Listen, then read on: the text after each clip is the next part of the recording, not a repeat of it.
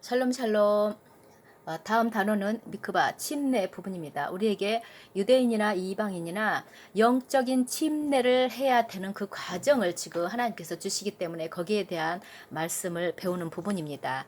제가 지금 계속 나가고 있는데 이 부분에도 양이 굉장히 많은데요. 설명을 해도 조금 어렵게 전달이 될 것도 같고 해서 책이 있는 분들은 보시기 바랍니다. 책도 공지를 하지 않았지만 그 은연중에 또 이 비공식적으로라도 주문하신 분들에게 지금 다 나가고 있고 나갔습니다. 앞으로도 이제 어떤 진행이 있을 것이고요. 하나님께서 계획하신 것이기 때문에 해 나가실 것입니다. 자, 우리가 보면은 지금 앞으로 우리가 이제 고난을 겪는 그런 과정이 있다는 것은 다 알고 있죠. 그런데 그것을 통해서 하나님께서는 우리에게 어떤 정말 부활하는 그런 신앙적인 것이 회복될 것이라는 그런 말씀을 하십니다. 우리가 겪는 이 모든 것들로 인해서 완전한 구원이 이루어지는 그런 그것이 옛 성읍, 그러니까 잘못된 시스템 안으로 들어오게 할 것이라는 것입니다. 우리가 겪는 그 많은 시험과 극복으로 통해서. 자, 그리고 에레미야 에가서에서 말씀하신 것처럼 굉장한 수치에 대한 이 말씀을 이렇게 하시면서 그와 같은 과정을 겪을 것이지만 극심한 시험을 이겨내는 우리의 힘이 이 세상의 구원과 속죄에 대한 거 교정을 가져올 것이라는 것입니다. 우리가 그걸 통과해야 된다는 거예요. 그리고 가장 큰 시험은 진실로 옛 성읍을 떠나는 것이다. 우리 잘못된 시스템, 그동안 잘못된 우리 신앙, 유대인을 잘라버린 거, 유대성 잘라버린 거, 완전히 예수와 제자들이 믿었던 그 신앙 버리고 한 세 사람으로 나오지 못한 이 과정을 옛 시스템이라고 볼 수가 있죠. 그래서 하나님은 이것을 회복을 시키실 것이라는 것입니다. 과정 가운데. 그래서 이제 전쟁의 남자로서 오실 신랑은 그의 신부들에게 그 혼동의 성, 옛 성을 떠나라고 부르시는 시절이라는 것이에요, 지금. 그래서 예루살렘에 그분을 기다리는 자들에게는 위대한 자비가 기다리고 있다.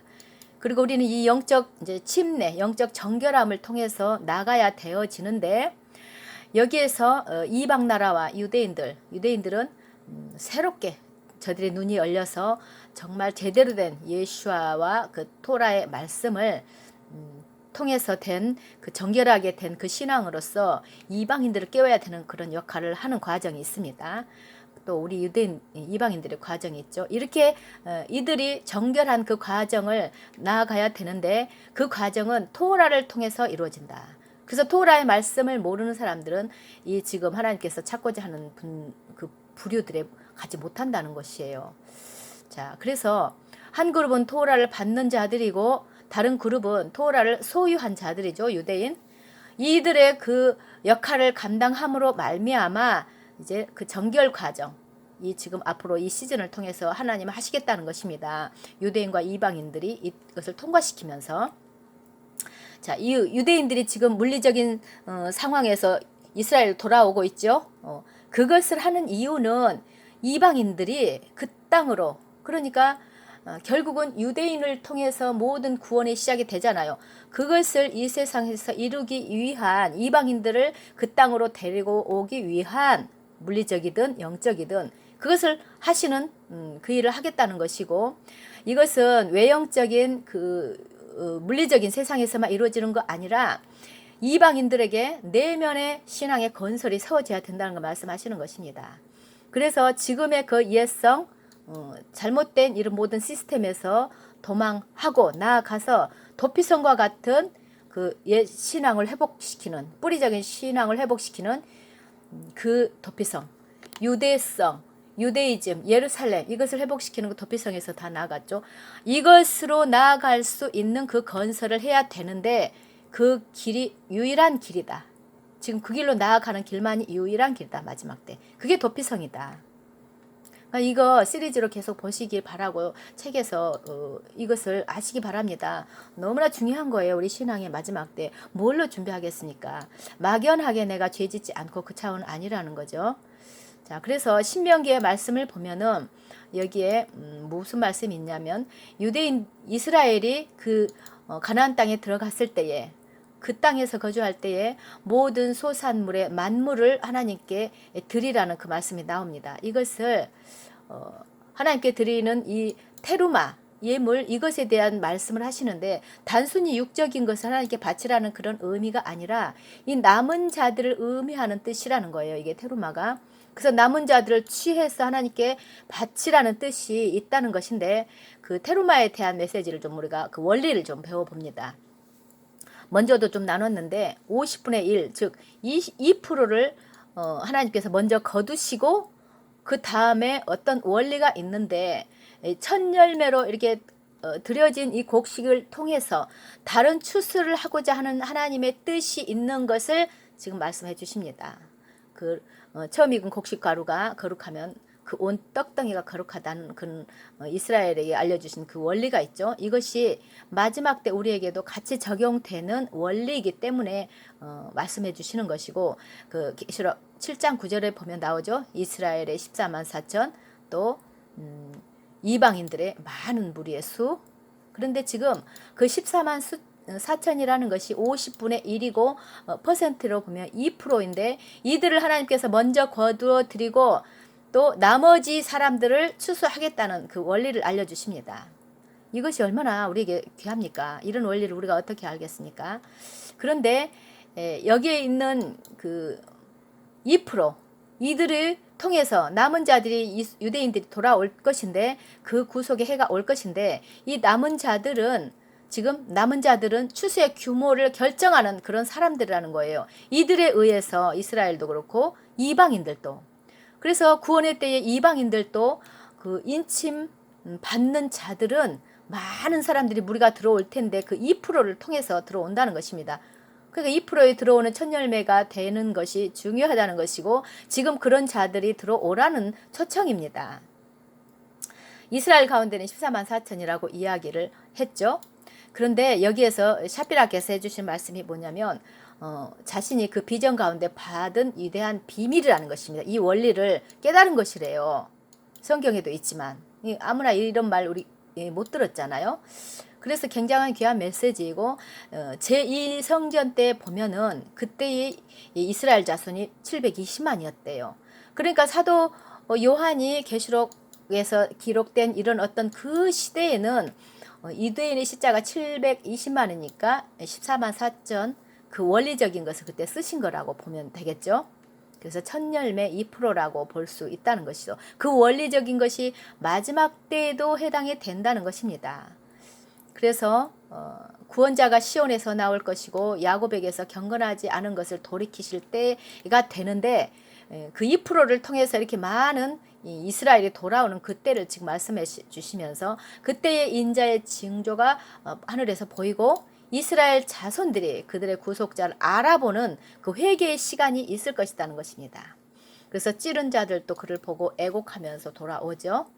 자, 이것을 그 민수기에서도 미디안을 멸망시키는 그런 장면에서도 모세가 12지파 1000명씩 모아서 12,000을 보내는 것도 그 숫자라는 거예요. 2% 놀랍죠.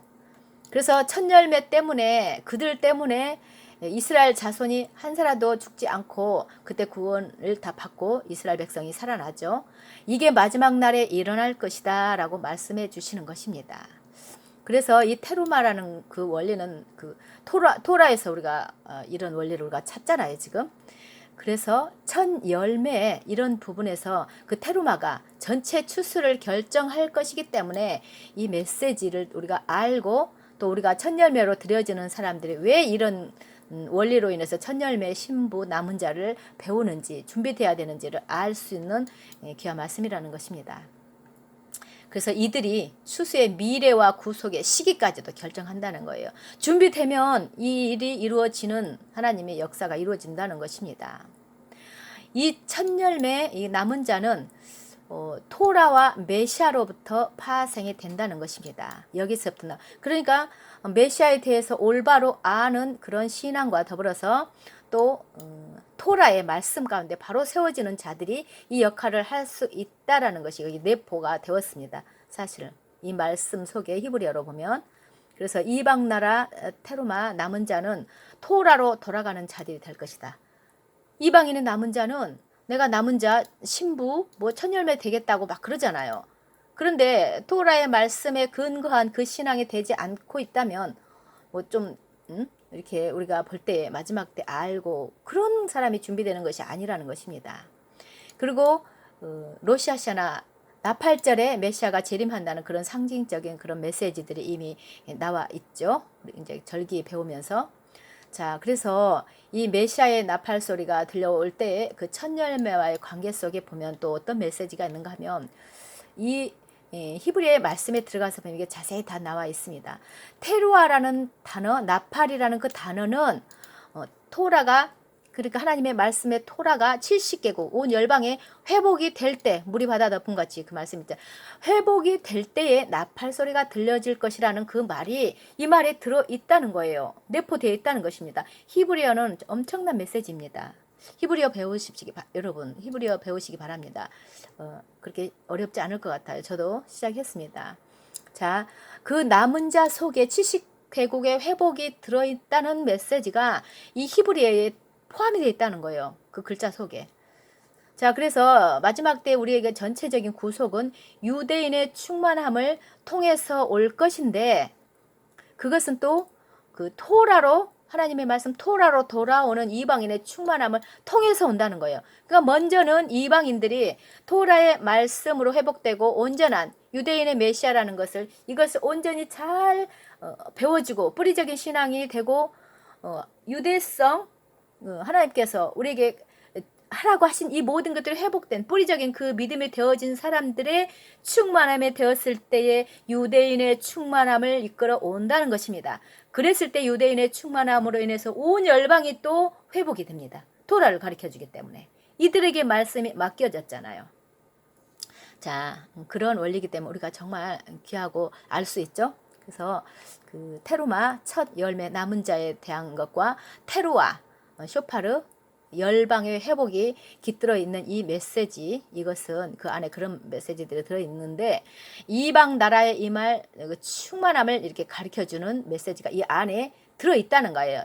이 히브리 안에 그런 내포된 말씀들이 있다는 것을 우리가 알고 가면 되겠고 유대인들 그러니까 유대인들은 토라를 가르치는 자들로 회복이 돼야 되겠죠. 지금 잘 모르잖아요. 그러니까 유대인들이 이방인의 그 충만함을 통해서 유대인들이 와서 토라를 제대로 가르쳐주는 그 사역을 해야 된다는 거예요. 그렇게 됐을 때에 메시아께서 오시고 메시아께서 완전히 회복되는 우리 안에 제대로 회복되는 것으로 메시아의 충만이 이루어진다는 것입니다. 그래서 여기 안에 보면은 히브리어 단어에는 이런 놀라운 어떤 뜻들이 있어요.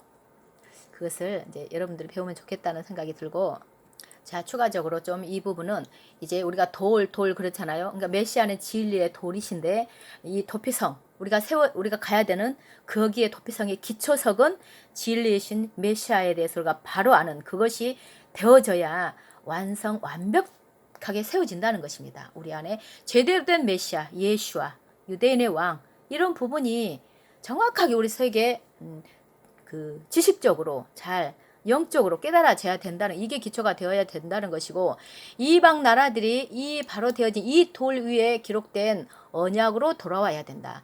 그러니까 토라가 이 이방 나라에 설명이 되어지고 가르쳐질 때에 구속이 일어난다는 것입니다. 그러니까 토라를 누가 가르치니까 유대인들에게 말씀이 있기 때문에 그들을 통해서 마지막 때 유대인들로 돌아와서 이방에게 토라를 가르쳐주는 것이 지금 되어져야 된다라는 것입니다. 이스라엘은 온 열방이 볼 수 있도록 토라의 말씀을 기록하는 그러니까 전해주는 그 과업을 완수해야 되는 게 이 마지막 때 이게 남아 있어요. 이게 그래서 오늘날 히브리 뿌리의 운동이 각성이 일어나고는 있죠. 지금 일어나고 있잖아요. 그런데 도피성 우리가 가야 되는 그 유대인의 왕 그 뿌리적인 신앙 이런 모든 걸 아는 이 도피성 예루살렘의 이런 모든 메시지가 바로 잡히는 그것이 돼야 되는데 지금 그것이 좀 잘못되어지고 있다는 것을 지금 표현하고 계십니다. 위험하다. 왜냐하면 이방 나라 가운데 많은 사람들이요. 이스라엘의 전통과 유대인도 없이 그냥 그 뿌리가 없이 유대인이 없으면 어떻게 교회가 있겠습니까? 우리는 가진데 그 접붙여진 가지인데 이거 없이 그냥 예수와만 예수님 믿는다는 그 위에 그들 자신이 스스로 풀어내는 그 말씀을 기록하기를 원하고 있다는 거예요 지금. 그러니까 이거는 위험하다는 것입니다.